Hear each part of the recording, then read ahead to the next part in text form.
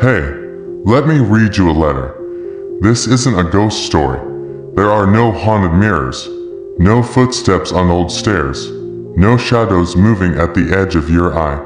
This is worse, because the thing I'm going to tell you about doesn't live outside. It lives inside, and it doesn't knock. It dissolves, slowly, until you're just a shape that remembers being human. The first time I got Oxycodone was for back pain. I told the doctor I couldn't sit at work anymore, couldn't sleep without waking up in knots. He asked a few questions, didn't really look up, then handed me a small bottle, 10 milligrams, 10 pills, one before bed. That night I took it with water, turned off the light, and waited. I didn't feel high, didn't float, didn't sink. I just felt quiet, like the inside of me stopped humming for once, like someone hit mute on all the things I didn't know were screaming. I slept 8 hours straight, no sweating, no grinding my teeth, no dreaming about stairs that never end. I woke up and thought maybe this is what normal people feel like. Maybe I've just been behind this wall of pain my whole life and didn't even know it. The next day I took another one. Not because I was hurting, but because I wanted that silence again. I started saving them, spacing them out, afraid of running out too soon, but also afraid of being without them. I finished the bottle in 10 days, went back to the doctor and said the pain had returned. He doubled the dose, gave me a refill. No questions asked. That's when I started taking 2 at a time, then 3. Not every day, just when the world got too loud. When the grocery store lights made my chest tighten, when the sound of my own heartbeat made me flinch, Oxy made everything soft again, tolerable. I could laugh without hearing the echo in my head. I could sit through traffic without gripping the wheel so hard my knuckles cracked. I started taking it at work too. Half a pill at lunch, another before meetings. Nobody noticed. I was more productive, more relaxed. My boss called me steady. I was taking 60 milligrams a day by then. But it didn't feel like a problem. It felt like a solution finally working. Until the day I passed out on the train. Woke up at the last stop with my head against the window. Mouth open, drool on my chin. A stranger shaking my shoulder asking if I needed help. And for the first time I felt shame. Not fear, just shame. The next day I went to a new clinic and said it was my first time. They gave me more, a higher dose, 100 milligrams now. I rotated pharmacies. I kept a spreadsheet on my phone, which doctor said yes, which one needed faking, and I got good at faking. You learn to talk about pain like it's real, like it has a shape, like it's always just one step behind you. I told them it felt like knives in my spine. And they believed me.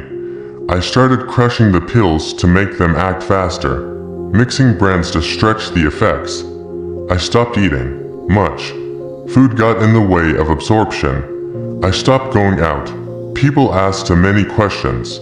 Now I take 200 milligrams a day. Sometimes more, sometimes less, depending on how much I hate myself when I wake up, but no matter how much I take. I never feel like I did that first night, that first clean hush, like someone finally turned down the volume of living. And the worst part is knowing that it's never coming back. I started losing track of time. Days would melt together. Hours stretched like gum stuck on the bottom of a shoe. I'd wake up and not know if it was morning or evening. Didn't matter. The only thing that mattered was dosage.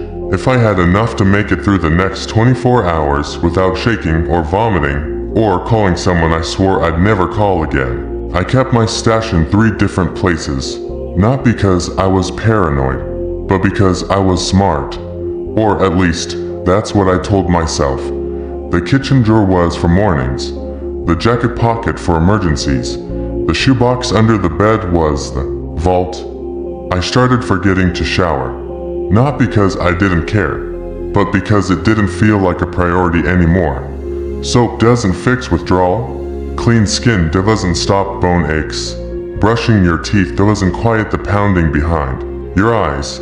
I started dreaming in static, not images, just broken sound. I'd wake up sweating, convinced I'd missed a dose. Heart racing like I was being chased. I wasn't, I was alone. Always alone. But I checked anyway, counted again. 1 to 3 4 5 6 7. I'd count them even when I knew the number. Like the act of counting kept me grounded, like pills were rosary beads and I was praying to something that never answered. I tried quitting once. Cold turkey. Didn't even last 12 hours. The shaking started first, then the nausea, then the hallucinations. I saw someone standing at the end of my hallway. Just a shape. Unmoving, watching. I knew it wasn't real, but my body didn't. I locked the door to my bedroom and curled up on the floor, trying to breathe through it. Like a panic attack stretched into a lifetime, I crawled to the bathroom at some point. Didn't look in the mirror. Couldn't, because I already knew the face wouldn't be mine. It would be someone sick, someone brittle, someone begging. I took a pill right there on the tile. No water, just dry swallowed and waited. And at a few minutes I stopped shaking. And after a few more I started crying. Not because I was ashamed, but because I realized I'd lost. I wasn't in control. I hadn't been for months, maybe longer. I just didn't want to see it. I deleted my social media next. Not dramatically, just quietly, one by one. No announcements, no goodbyes. I didn't want anyone seeing what I was becoming, even through a screen. I stopped answering texts, even the ones that said, "Hey, just checking in." I told myself they didn't mean it, that they'd stop checking if I didn't answer, and I was right. They did. Eventually. Now it's just me and the pills and the silence between doses. The worst part isn't the pain, or the shame, or the emptiness. The worst part is knowing I could stop. Technically, but not really, because stopping would mean facing whatever I've been bearing with milligrams and brand names and forged prescriptions, and I'm not sure there's anything left underneath. I told myself I'd never cross certain lines, never let it get to that point. But those lines blur fast when your bones feel like glass and your skin itches from the inside out. When your stomach twists like it's trying to escape and your teeth chatter even though you're not cold. That's when dignity becomes optional. I started selling things. Not big things at first. Headphones, old jackets, a watch I never wore. But it didn't last. Not when the numbers kept climbing. When one prescription ran out before the refill date and I had to figure out how to fill the gap. I tried odd jobs, cleaning out garages, carrying boxes, handing out flyers, anything under the table, anything quick. But nobody pays fast enough when your body is already crashing. So I started asking people for money. Not friends, not family, strangers. I made up stories. Sometimes tragic, sometimes just honest enough to sound true. I said my rent was late, my car broke down, my phone was stolen. Each lie came easier than the last. Shame came later, after the dose kicked in and I remembered who I used to be. I borrowed from apps, payday loans with teeth, 30% interest and a digital smile. I paid one with another, and another with a card I said I'd never use again. I offered things I shouldn't have. Favors I never thought I'd consider. Always vague. Always implied. I never said the words out loud. I didn't have to. They understood. The world's full of people willing to trade silence for pain. I became one of them. I told myself it was temporary. Just until I figured things out. But the figuring never came. Only the need. Louder each time I walked through neighborhoods I didn't belong in, waited in parked cars with strangers I never looked in the eye. I smiled when I needed to, laughed at jokes I didn't find funny, all for a handful of bills and the promise that I could make it one more day without shaking. The mirror stopped being cruel. It just stopped. I'd stare at it and see something gray, a shape with eyes. nothing behind them, just calculation, survival. I started forgetting faces, names, my own voice. I went days without speaking to anyone, not because no one called, but because I had nothing to say that wasn't a request or a lie. I didn't want to exist in other people's memories like this, small and desperate. I just needed them to forget me gently.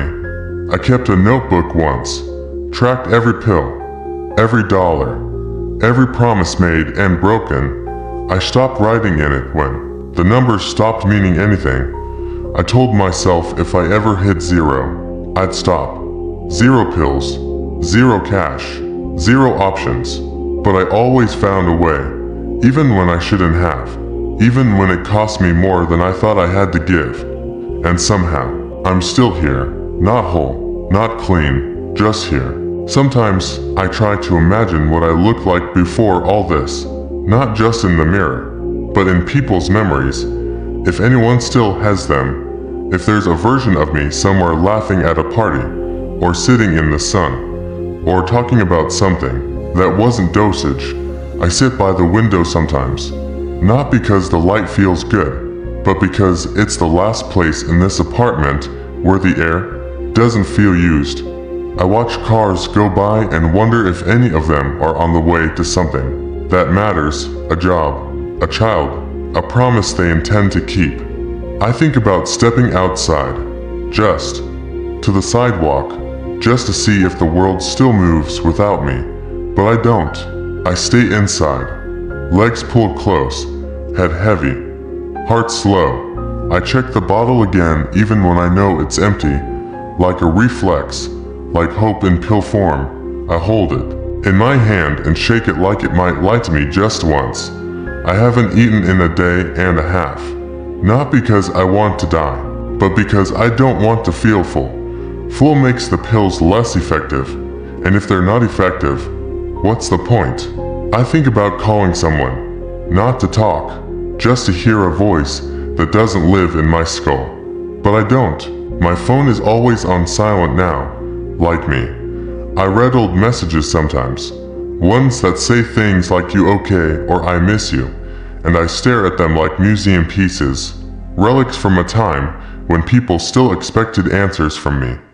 I don't remember the last time I laughed, not real laughter, just that thing your body does when it tries to mimic memory. I think about dying, not dramatically, not with notes or gestures, just quietly, like leaving a room and closing the door behind you, like stepping off the train one stop too early. I don't make a plan. I just let the thought drift, like steam, from a coffee cup I no longer pour.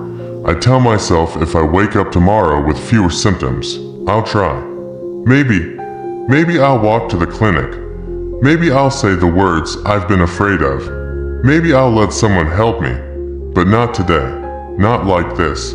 Today, I sit in a chair that no longer creaks, in a room that no longer asks questions. I hold a bottle that no longer lies, and I wait, not for hope, not for change, just for the next moment to pass without breaking me. And if you're still listening, if any of this felt like something you've carried in silence, then maybe you should try too. And maybe, while you're at it, hit subscribe. It's free, it helps, and sometimes, small things matter more than we think.